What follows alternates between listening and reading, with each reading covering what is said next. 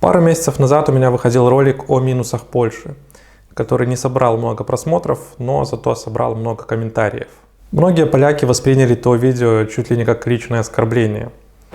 Приехали из Беларуси эксперты, понимаете ли, у дяди Лукашенко лучше было. В то же время хотелось бы поблагодарить тех людей, которые внимательно посмотрели и оставили здравое мнение о том, с чем согласны, а с чем не очень. Dziękuję bardzo za to. А в этом ролике я хотел бы рассказать о 3 больших плюсах и преимуществах Польши, которые, по моему мнению, перекрывают все те озвученные мной минусы. И первый тезис – государство для людей. Вообще, конечно, государство априори должно быть для людей, но не во всех странах это работает. В Польше для людей делается очень многое. Просто приведу несколько примеров, где система работает на человека и для человека. Возьмем бюджет страны, который каждый год растет и пополняется за счет налогов граждан. Во-первых, он не находится под управлением какого-то одного централизованного органа. Каждый город имеет свой бюджет и право им распоряжаться. И часть этого бюджета распределяется напрямую жителями города. О программе «Бюджет обывательский» я рассказывал в одном из своих роликов. Конечно, есть и общий государственный бюджет, и вот он в некоторых странах имеет привычку частично оседать на счетах чиновников. В Польше же эти деньги активно тратятся не только на общенациональные программы развития и модернизации, но и на поддержание людей и бизнесов в кризисные времена.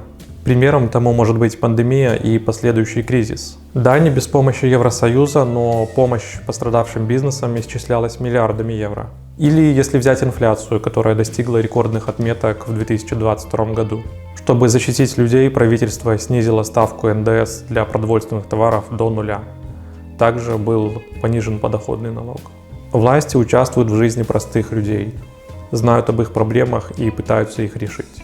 Еще один пример, который я лично наблюдаю, живя в Гданьске, это работа мэра города Александра Дулькевича.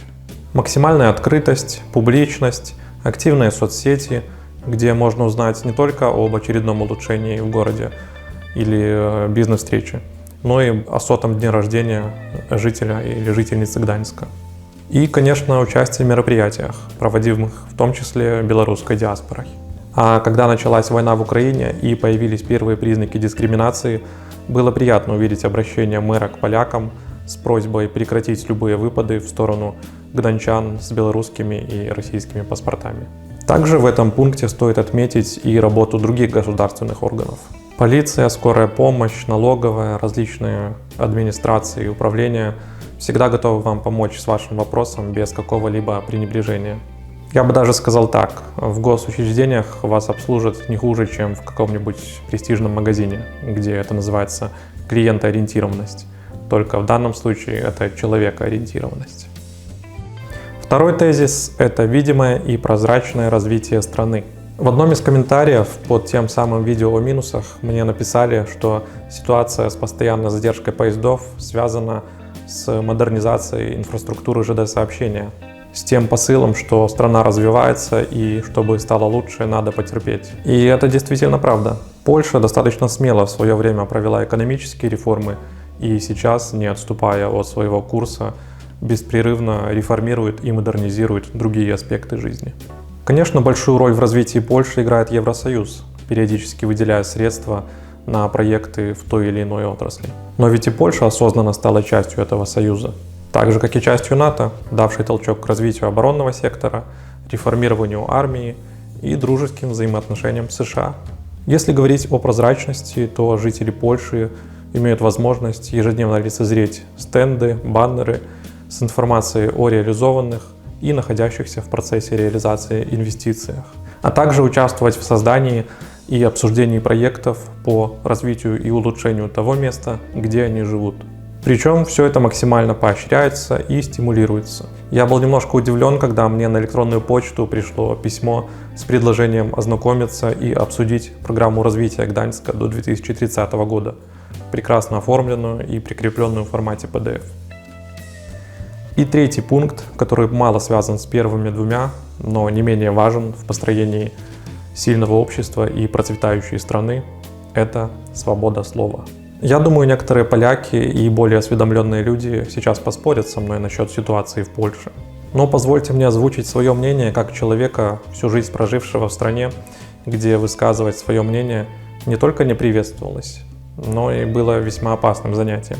Прожив 1,5 года в Гданьске, не в Варшаве, заметьте, я увидел столько примеров свободного выражения мыслей, сколько я не видел за всю жизнь в Беларуси.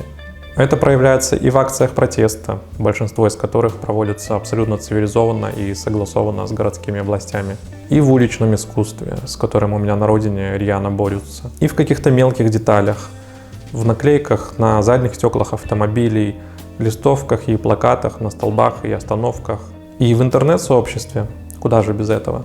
Также весьма распространенный и в некоторых случаях действенный способ громко заявить о проблеме – это страйк.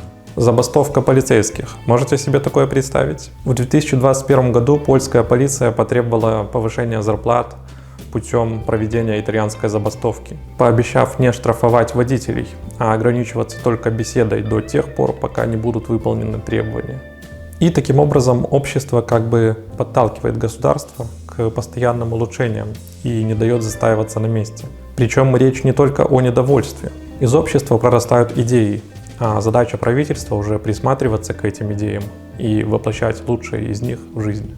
Именно так, в связке, и должно работать государство и общество.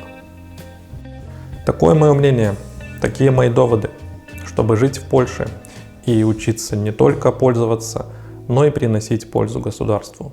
Я надеюсь, этот ролик вам понравился, и буду ждать ваших мыслей, ваши комментарии и, конечно, реакций в виде лайков и подписок. До скорых встреч!